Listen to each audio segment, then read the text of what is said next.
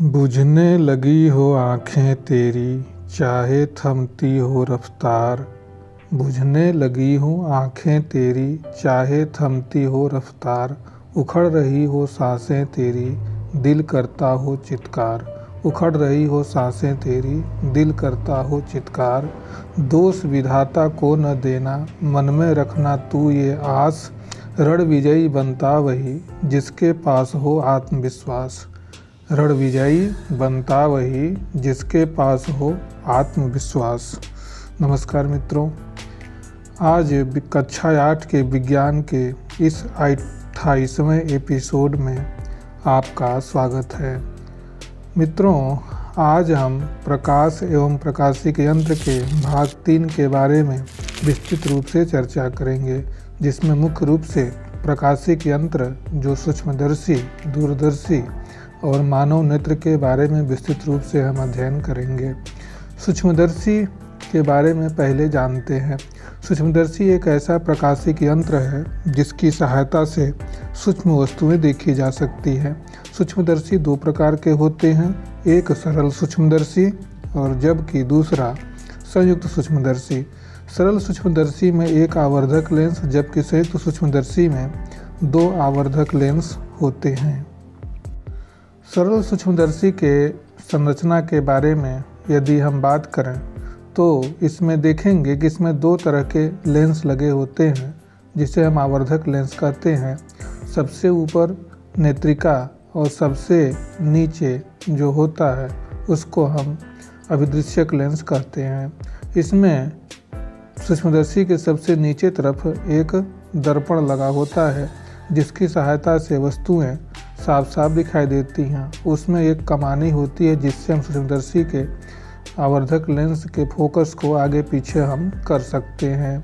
ये है दर्पण, जिससे सूर्य का प्रकाश पड़ने पर जो छोटी वस्तुएं जो हमारे आँख से दिखाई नहीं पड़ती हैं वो आसानी से हमको दिखाई पड़ती हैं।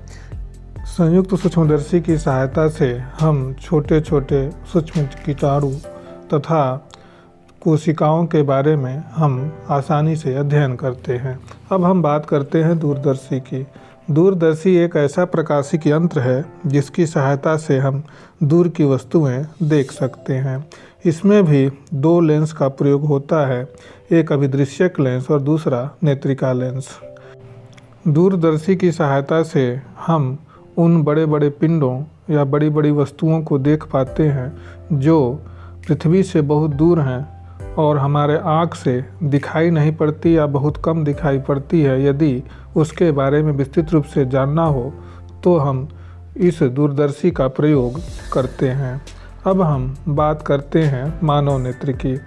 मानव नेत्र के बारे में हम सभी परिचित हैं। यह हमारे लिए एक तरह से दृश्य दिखाने का काम करता है। नेत्र मानव शरीर का एक महत्वपूर्ण अंग है। इनके द्वारा हम पास एवं दूर की वस्तुओं को देखते हैं।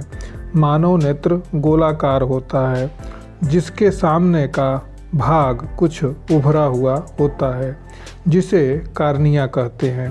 कार्निया के पीछे एक अपारदर्शी पर्दा होता है, जिसे आइरिस कहते हैं, और आइरिस के मध्य में एक छोटा निकास छिद्र होता है, जिसे हम पुतली कहते हैं। पेशियों की सहायता से इसका आकार स्वतः ही अधिक प्रकाश में छोटा तथा अंधेरे में बड़ा हो जाता है। इसके ठीक पीछे उत्तल लेंस की आकृति की एक संरचना होती है, जिसे हम नेत्र लेंस कहते हैं। वास्तव में यह जो लेंस होता है वह उत्तल लेंस न होकर के एक प्रकार का उभयोत्तल लेंस प्रकार का होता है। उभयोत्तल का मतलब होता है कि किनारे पर बिल्कुल पतला न होकर के एक गोल आकार का लिए हुए संरचना होती है। मानव नेत्र में सबसे अंदर एक पारदर्शी झिल्ली होती है, जिसे रेटिना कहते हैं। रेटिना के लगभग बीच में एक स्थान होता है जिसे पीत बिंदु कहते हैं। पीत बिंदु पर बना प्रतिबिंब स्पष्ट दिखाई देता है। किसी वस्तु से चलने वाली प्रकाश किरणें कार्निया से गुजरने पर के बाद नेत्र लेंस पर आपतित होती है। इससे अपवर्तित होकर रेटिना पर वस्तु का उल्टा एवं वास्तविक प्रतिबिंब बनता है। स्वस्थ आँख से किसी वस्तु को स्पष्ट देखने के लिए न्यूनतम कम से कम 25 सेंटीमीटर की दूरी की आवश्यकता होती है। अब हम आगे आँखों के दृष्टि दोष के बारे में बात करते हैं। उम्र बढ़ने के साथ साथ या कभी कभी ऐसा होता है कि हमारी आँख से कुछ वस्तुएं स्पष्ट नहीं दिखाई पड़ती हैं। जब मानव नेत्र के सामने स्पष्ट दृष्टि की न्यूनतम दूरी 25 सेंटीमीटर पर रखी वस्तु साफ साफ दिखाई नहीं देती है तो इसे हम दृष्टि दोष कहते हैं। यह दृष्टि दोष दो प्रकार का होता है। पहला दृष्टि दोष निकट दृष्टि दोष, जिसे हम शॉर्ट साइटेडनेस भी कहते हैं। कुछ व्यक्तियों के नेत्र लेंस बहुत अधिक वक्र हो जाने के कारण लेंस की फोकस दूरी कम हो जाती है। ऐसी दशा में दूर स्थित वस्तु का प्रतिबिंब रेटिना पर न बनकर उसके पहले ही बन जाता है। फलस्वरूप दूर स्थित वस्तु साफ दिखाई नहीं देती। इस प्रकार के दृष्टि दोष को निकट दृष्टि दोष हम कहते हैं। निकट दृष्टि दोष को दूर करने के लिए चश्मे में उचित फोकस दूरी का अवतल लेंस का प्रयोग किया जाता है। यह लेंस प्रकाश किरणों को अपसरित करके प्रतिबिंब को रेटिना पर बनाता है, जिसे निकट दृष्टि दोष दूर हो जाता है। इसीलिए हम सामान्य रूप से यदि हमको निकट दृष्टि दोष है तो हम अवतल लेंस के चश्मे का प्रयोग करते हैं। आजकल कई प्रकार के डिजिटल लेंस का भी प्रयोग होता है। अब हम दूरदृष्टि दोष के बारे में बात करते हैं। दूरदृष्टि दोष को दीर्घ दृष्टि दोष भी कहते हैं।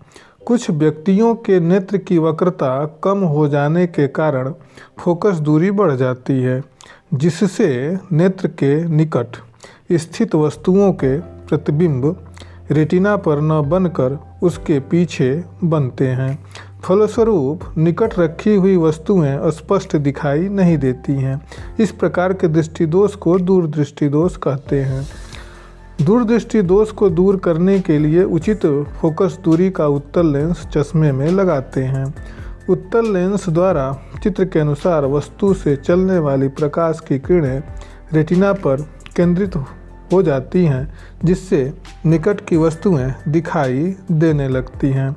इस तरह से हमारा उत्तल लेंस के चश्मे का प्रयोग करने से हमारा दृष्टि दोष दूरदृष्टि दोष खत्म हो जाता है। इस प्रकार हम उत्तल लेंस के चश्मे का प्रयोग करते हैं। अब हम एक ऐसे दृष्टि दोष की बात कर रहे हैं जो उम्र बढ़ने के साथ साथ हमारे आँख में हो जाता है। इस दृष्टि दोष को हम जरा दूर दृष्टि दोष कहते हैं। इसके अंग्रेजी में प्रेसबायोपिया भी हम कहते हैं। यह मुख्य रूप से 40 वर्ष से अधिक उम्र के व्यक्तियों में यह पाया जाता है। आइए अब हम फोटोग्राफिक कैमरा के बारे में बात करते हैं। फोटोग्राफिक कैमरा जैसा कि नाम से ही परिचित है, फोटोग्राफिक कैमरा का अर्थ होता है कि वह कैमरा जिससे हम फोटोग्राफ्स खींचते हैं, किसी का चित्र खींचते हैं। फोटोग्राफिक कैमरा एक ऐसा उदाहरण है जिसकी सहायता से किसी वस्तु या व्यक्ति का स्थायी प्रतिबिंब फोटोग्राफिक प्लेट या फिल्म पर प्राप्त किया जा सकता है। फोटोग्राफिक कैमरे में उत्तल लेंस का उपयोग किया जाता है। आजकल आधुनिक युग में कई प्रकार के फोटोग्राफिक कैमरे का प्रयोग होता है। आज के ज़माने में अब डिजिटल फोटोग्राफी या डिजिटल फोटोग्राफिक कैमरा आ गए हैं, जो हम किसी भी स्तर से और अच्छी प्रतिबिंब या फोटो हम खींच सकते हैं। फोटोग्राफिक कैमरा के सामने जब कोई वस्तु खड़ी होती है तो जब हम फोटोग्राफिक कैमरे को क्लिक करते हैं तो फोटोग्राफिक कैमरा के पर्दे पर उसका प्रतिबिंब उल्टा बनता है और वास्तविक बनता है। जैसे ही हम क्लिक करते हैं उसका शटर बंद हो जाता है और फोटो खींच जाती है। आजकल नई तकनीकी द्वारा विकसित डिजिटल कैमरे में फोटोग्राफिक फिल्म के स्थान पर इलेक्ट्रॉनिक तकनीकी उपयोग में लाई जाती है, जो कई प्रकार के चिप्स का प्रयोग हम फोटोग्राफिक कैमरे में करते हैं, क्योंकि उनमें मेमोरी बहुत अधिक होती है। यदि हम फोटोग्राफिक कैमरे की संरचना या आंतरिक संरचना के बारे में बात करें तो उसमें शटर होता है, लेंस होता है और सामने पर्दे पर रखी शटर की फिल्म होती है जो तुरंत खिंच जाती है, फ़ोटो क्लिक करने पर तुरंत खिंच जाती है। और इसमें उत्तल लेंस होता है। जब कोई वस्तु सामने बड़ी होती है तो फोटोग्राफिक कैमरे के शटर पर उसकी वस्तु की प्रतिबिंब छोटा, वास्तविक और उल्टा बनता है। इस प्रकार हमारा फोटोग्राफिक कैमरा प्रयोग किया जाता है और इसकी संरचना या कार्यविधि इस तरह से की जाती है। इसमें एपर्चर रिंग, शटर नियंत्रक, उत्तल लेंस, शटर, डायाफ्राम, फोकसीय रिंग और फिल्म होती है। फोटोग्राफिक कैमरे में बड़ी वस्तु का प्रतिबिंब छोटा खींचा जाता है। अब हम यह प्रदर्शित करेंगे कि मानव नेत्र तथा कैमरे से तुलना हम किस प्रकार कर सकते हैं, क्योंकि मानव नेत्र में भी उत्तल लेंस का प्रयोग होता है और कैमरे में भी उत्तल लेंस का प्रयोग होता है। मानव नेत्र की बात करें तो मानव नेत्र में वस्तुओं को देखने के लिए क्रिस्टलाइन उत्तल लेंस होता है, जिसे हम उभयोत्तल लेंस भी कहते हैं, जबकि कैमरे में भी वस्तु का चित्र खींचने के लिए एक उत्तल लेंस लगा होता है। मनुष्य की आँख में प्रकाश पुतलियों से होकर प्रवेश करता है, जबकि कैमरे में स्वचालित से होकर प्रकाश प्रवेश करता है। आँख में आवश्यकतानुसार प्रकाश भेजने के लिए आइरिस की सहायता से पुतलियों को फैलाया या सिकुड़ा जा सकता है, जबकि कैमरे में डायाफ्राम में बने छिद्र के द्वारक को आवश्यकतानुसार छोटा या बड़ा किया जा सकता है। आँख की जो लेंस होती है उसके द्वारा किसी वस्तु का उल्टा वास्तविक प्रतिबिंब रेटिना पर प्राप्त होता है, जबकि कैमरे में लगे उत्तल लेंस द्वारा किसी वस्तु का वास्तविक तथा उल्टा प्रतिबिंब फोटोग्राफिक फिल्म पर प्राप्त किया जाता है। आँख में रेटिना पर बना प्रतिबिंब दृक् तंत्रिकाओं, जिसे हम ऑप्टिक नर्व कहते हैं, के द्वारा मस्तिष्क में भेजा जाता है, जिसे संसाधित करके मस्तिष्क सीधा कर लेता है। जबकि फोटोग्राफिक के फिल्म पर प्राप्त उल्टे चित्र को फोटोग्राफिक कागज के सुग्राही तल पर रखकर हम सीधा कर लेते हैं। आँख में पश्चाभ की पेशियों, जिसे हम सिलियरी मसल्स भी कहते हैं, के द्वारा नेत्र के लेंस के फोकस दूरी में आवश्यकतानुसार हम समायोजन कर सकते हैं, ताकि किसी वस्तु का प्रतिबिंब रेटिना पर प्राप्त हो सके। जबकि फोटोग्राफिक फिल्म पर किसी वस्तु का स्पष्ट चित्र प्राप्त करने के लिए कैमरे के धारक को, अर्थात जो कैमरा से एक फ़ोटो खींच रहा है, उसके द्वारा लगे हाथ से लगे पेंच द्वारा लेंस तथा फोटोग्राफिक फिल्म के बीच की दूरी को आवश्यकता अनुसार समायोजित किया जा सकता है। तो मित्रों, मैं यह समझ रहा हूँ कि आप लोग मानव नेत्र तथा कैमरे के में होने वाले कार्यविधि में अंतर समझ चुके होंगे।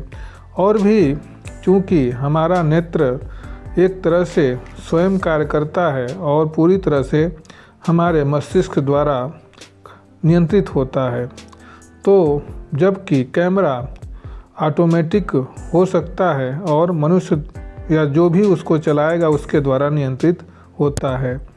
तो यह रहा मानव नेत्र और कैमरे के बीच अंतर।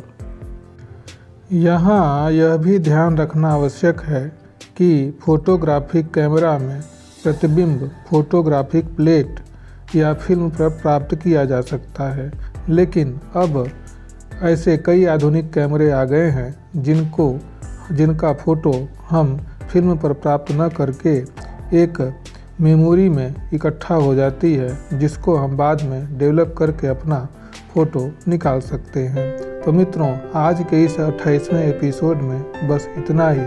उम्मीद है आपको यह 28वां एपिसोड अच्छा लगा होगा। धन्यवाद।